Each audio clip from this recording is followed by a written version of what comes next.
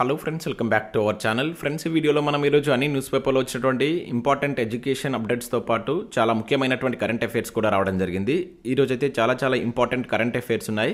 వీడియోని ఎక్కడా స్కిప్ చేయకుండా ఎండ్ వరకు చూడండి. చూసే ప్రతి ఒక్కరు ఖచ్చితంగా లైక్ చేయండి. డైలీ 1 to 2 అవర్స్ వర్క్ చేసి దాదాపుగా 10 న్యూస్ పేపర్ చదివే ఇన్ఫర్మేషన్ మీకు అందించడం జరుగుతుంది. చాలామంది చూస్తున్నారు కానీ లైక్ చేయట్లేదు. ఖచ్చితంగా లైక్ చేయండి. ఈ వీడియోకి అయితే నేను 2000 లైక్స్ ఎక్స్పెక్ట్ చేస్తున్నాను. ఇది ఎవరికైతే యూజ్ ఉంటుందో వారికి షేర్ చేయండి. అదేవిధంగా సబ్స్క్రైబ్ చేసుకొని చూడండి. రెగ్యులర్గా మీకు జాబ్ అప్డేట్స్ అంతాయి. మన ఛానల్కి సంబంధించినటువంటి టెలిగ్రామ్ గ్రూప్లో కూడా జాయిన్ కాండి. సో దాంట్లో కూడా రెగ్యులర్గా జాబ్ అప్డేట్ షేర్ చేస్తున్నాను. మీకు చాలా యూజ్ ఉంటుంది. ఆ గ్రూప్లో కంపల్సరీ జాయిన్ కాండి. ఫ్రెండ్స్, మన ఛానల్ ద్వారా మన యాప్లోకి జాబ్ క్యాలెండర్ రిలీజ్ అయిన సందర్భంగా కొన్ని ఆఫర్స్ అయితే తీసుకొచ్చాం. చాలా కోర్సెస్ను 199 రూపీస్కే అందిస్తున్నాం. ఈ ఆఫర్ అనేది ఈ ఒక్క రోజు మాత్రమే ఉంటుంది. దీనిలో మీకు రాబోయేటువంటి కరెంట్ అఫైర్స్ కావచ్చు, లేటెస్ట్ అంశాలు కూడా చేర్చబడతాయి. ఫారెస్ట్ బీట్ ఆఫీసర్ సంబంధించినటువంటి పేపర్ 1, పేపర్ 2కి సంబంధించిన ఫుల్ వీడియో కోర్స్ అనేది 199 రూపీస్కే అందిస్తున్నాం. ఇంకా కానిస్టేబుల్ సంబంధించినటువంటి ప్రిలిమ్స్ మెయిన్ సంబంధించిన కోర్స్ కూడా 199 రూపీస్కి ఉంది. ఎస్ఐ ప్రిలిమ్స్ మెయిన్ సంబంధించిన కోర్స్ కూడా 199 రూపీస్కి అందిస్తున్నాం. టెట్ డిఎస్సి ఎస్జిటికి సంబంధించిన పూర్తి వీడియో కోర్స్ కూడా 199 రూపీస్కి అందిస్తున్నాం. And Telangana group 2, group 3 rapid revision course, ఇక్కడ మీకు గ్రూప్ 2కి సంబంధించినటువంటి 4 పేపర్స్, గ్రూప్ 3కి సంబంధించిన 3 పేపర్స్ సంబంధించిన ఫుల్ వీడియో కోర్స్ అయితే వస్తుంది. ఇది కూడా 199, 6 months వ్యాలిడిటీ ఉంటుంది. సో ఇవన్నీ మీకు 1 year వ్యాలిడిటీ ఉంటాయి. గ్రూప్ 2 మాత్రం 6 months వ్యాలిడిటీ ఉంటుంది. గ్రూప్ 2కి సంబంధించిన టెస్ట్ సిరీస్ కావచ్చు అండ్ గ్రూప్ 2కి సంబంధించిన ఫుల్ వీడియో కోర్స్ అనేది 6 months వ్యాలిడిటీ ఉంటుంది. ఇక్కడ మీకు ఇది టెస్ట్ సిరీస్ కూడా సేమ్ 199 రూపీస్కి అందిస్తున్న. వీడియో యొక్క ప్రైస్ అనేది రేపు ఇంక్రీజ్ కాబోతుంది. ఎవరైనా కావాలనుకుంటే తీసుకోండి.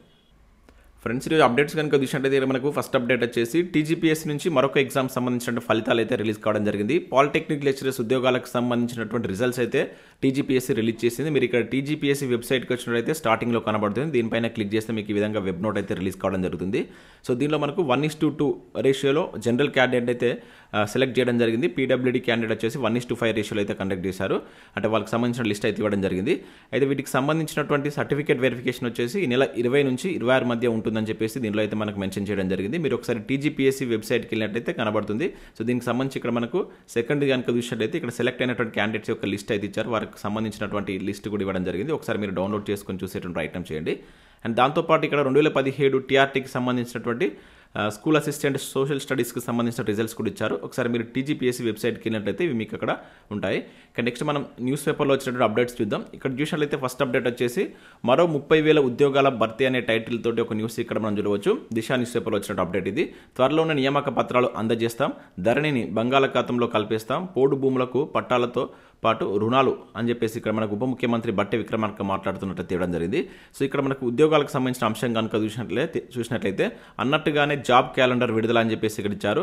సో నాడు రాష్ట్ర ప్రజలకు ఇచ్చినటువంటి మాట మేము నిరుద్యోగులకు జాబ్ క్యాలెండర్ విడుదల చేశామని చెప్పేసి బట్టి విక్రమార్క తెలిపినట్టు ఇక్కడ జరగవచ్చు. అంటే ఇచ్చిన మాట ప్రకారం జాబ్ క్యాలెండర్ ఇచ్చామని చెప్పేసి ఇక్కడ మాట్లాడుతున్నట్టు జరగవచ్చు. పబ్లిక్ సర్వీస్ కమిషన్ ప్రక్షాళన చేసి పేపర్ లీక్ లేకుండా గ్రూప్ 1 ప్రిలిమ్స్ పరీక్ష విజయవంతంగా పూర్తి చేశామన్నారు.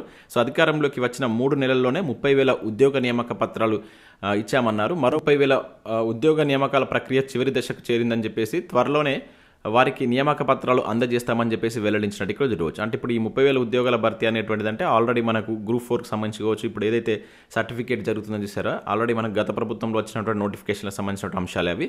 సో వాటికి సంబంధించి కూడా వాటిని కూడా వాళ్ళ అకౌంట్లోనే వేసుకుంటున్నారు అనమాట. అంటే దాదాపుగా 30,000 + 30,000 60,000 ఉద్యోగాలు అనేటువంటి మేమే ఇచ్చామని చెప్పేసి ఇక్కడ కాంగ్రెస్ గవర్నమెంట్ చెప్పుకుంటున్న పరిస్థితి అయితే కనబడుతుంది.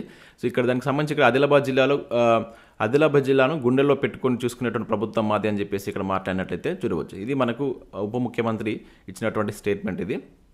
ఇంకా నెక్స్ట్ చూసినట్లయితే తెలంగాణలో మన బిడ్డలే స్థానికేతరుల లోకల్ పాలసీ ఏది అంటే ఇక్కడ ఒక అప్డేట్ మనం చూడవచ్చు. విద్యార్థులు తల్లిదండ్రులకు జీవో 33 అశనిపాతం, సొంత విధానాన్ని రూపొందించలేని దుస్థితిలో సర్కారు, బయటి రాష్ట్రంలో ఇంటర్ చదివితే స్థానికత వర్తించదా, నియామకాల్లో స్థానికత నిర్ధారించిన బీఆర్ఎస్ సర్కార్, 90% ఉద్యోగాలు తెలంగాణ బిడ్డలకే దక్కేలా చర్యలు, ఉమ్మడి నిబంధనలలో విద్యలో నిర్ధారించలేకపోయాం, 2014 తర్వాత నెలకొల్పిన కాలేజీలో మన బిడ్డలకు లబ్ధి. సో ఇక్కడ చూసినట్లయితే గుడ్డెద్దు చేనులో పడ్డట్టుగా రాష్ట్రంలో కాంగ్రెస్ పాలన అని చెప్పేసి ఇక్కడ మనకు హరీష్ రావు మాట్లాడుతున్నట్టు చూడవచ్చు. అఖిలపక్షాన్ని పిలవండి, సలహాలు ఇస్తాం హరీష్ రావు అని చెప్పేసి ఇక్కడ వేయడం జరిగింది. సో రాష్ట్ర ప్రభుత్వం కనీసం స్థానికతను నిర్ధారించుకోలేక విద్యార్థుల భవిష్యత్తు ఆటలాడుతుందని చెప్పేసి మాజీ మంత్రి హరీష్ రావు మండిపడ్డారు. సో ప్రభుత్వ పాలన గుడ్డెద్దు చేనులో పడ్డట్టు గాలిలో దీపం పెట్టినట్లు సాగుతుందని ఆగ్రహం వ్యక్తం చేశారు.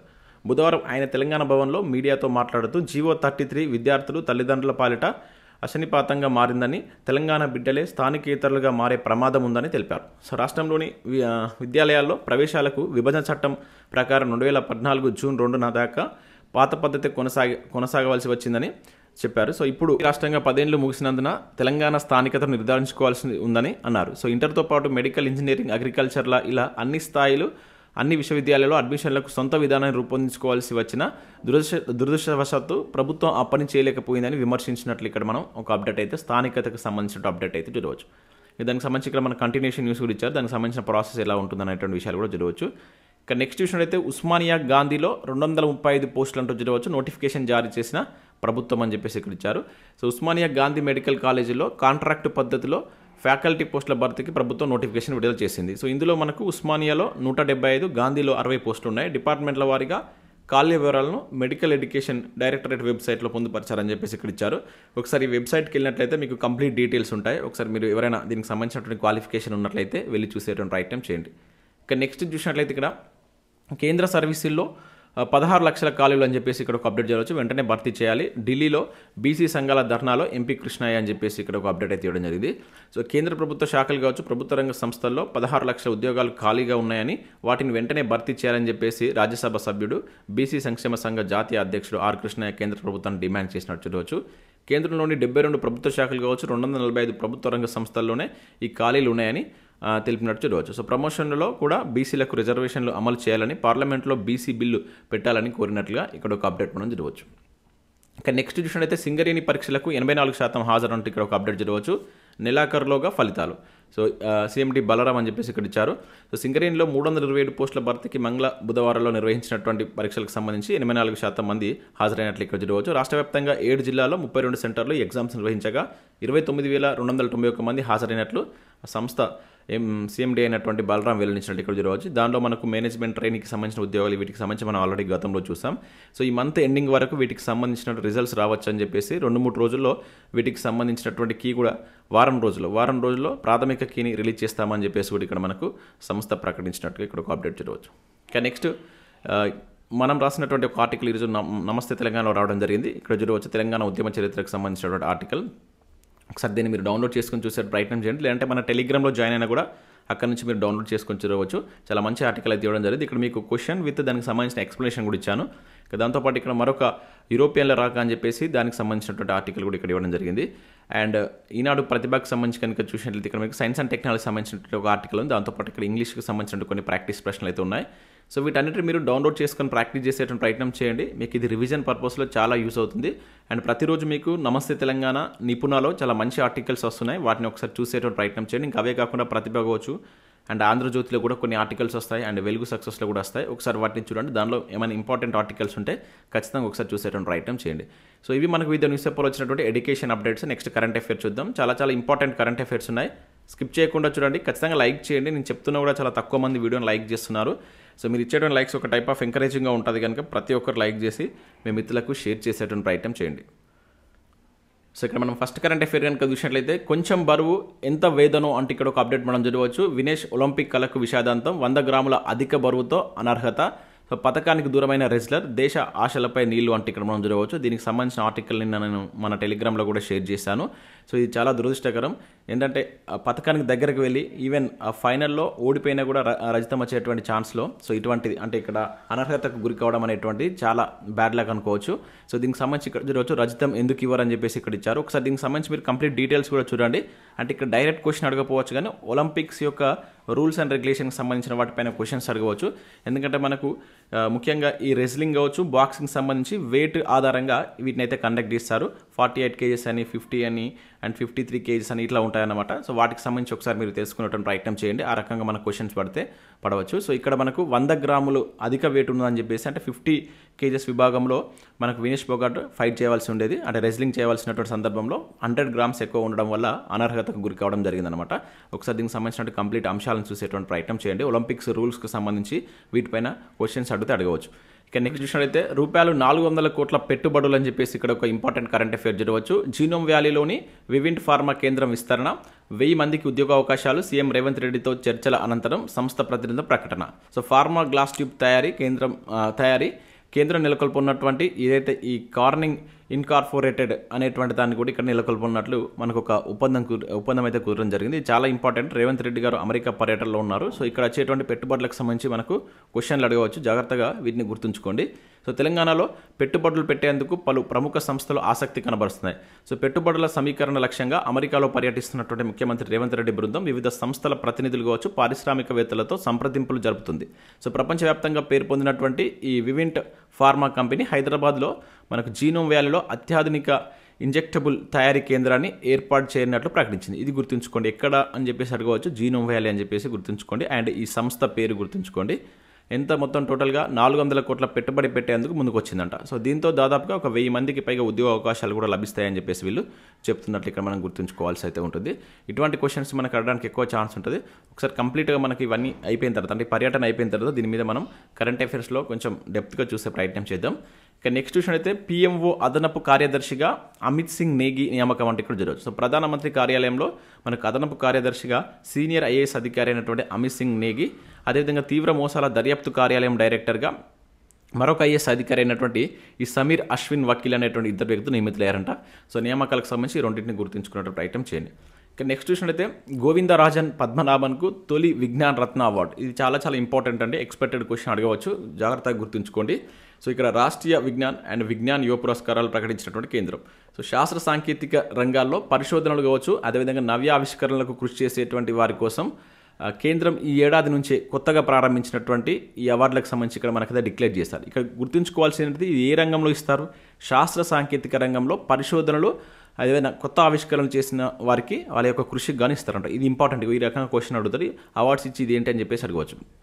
అయితే ఇప్పుడు ఇచ్చినటువంటి అవార్డ్స్ ఒకసారి చూద్దాం ఇక్కడ. సో ఇక్కడ వాటికి సంబంధించి ప్రముఖులు ఎంపికైనట్టు ఇక్కడ జరిగింది. దానిలో మనకు ఈ జీవరసాయన శాస్త్రవేత్త గోవిందరాజన్ పద్మనాభన్కు తొలి విజ్ఞాన్ రత్న పురస్కారాన్ని ప్రభుత్వం ప్రకటించిందనమాట. గుర్తుంచుకోండి. ఇది చాలా ఇంపార్టెంట్ అవార్డు. ఈ విజ్ఞాన్ రత్న అవార్డు అనేది ఎవరికి వచ్చిందని చెప్పేసి అడగవచ్చు. సో ఎవరు? గోవిందరాజన్ పద్మనాభన్కు వచ్చింది. సో 33 మందికి రాష్ట్రీయ విజ్ఞాన్ పురస్కారాలు ఇచ్చారు. ఈ సంఖ్యను గుర్తుంచుకోవాలి. మరో 18 మంది విజ్ఞాన్ యువ పురస్కారాలకు ఎంపికైనట్లు ఇక్కడ చూడవచ్చు. అండ్ దాంతోపాటు ఇంకో 13 మంది విజ్ఞాన్ శ్రీ పురస్కారాలు అందుకున్నారు.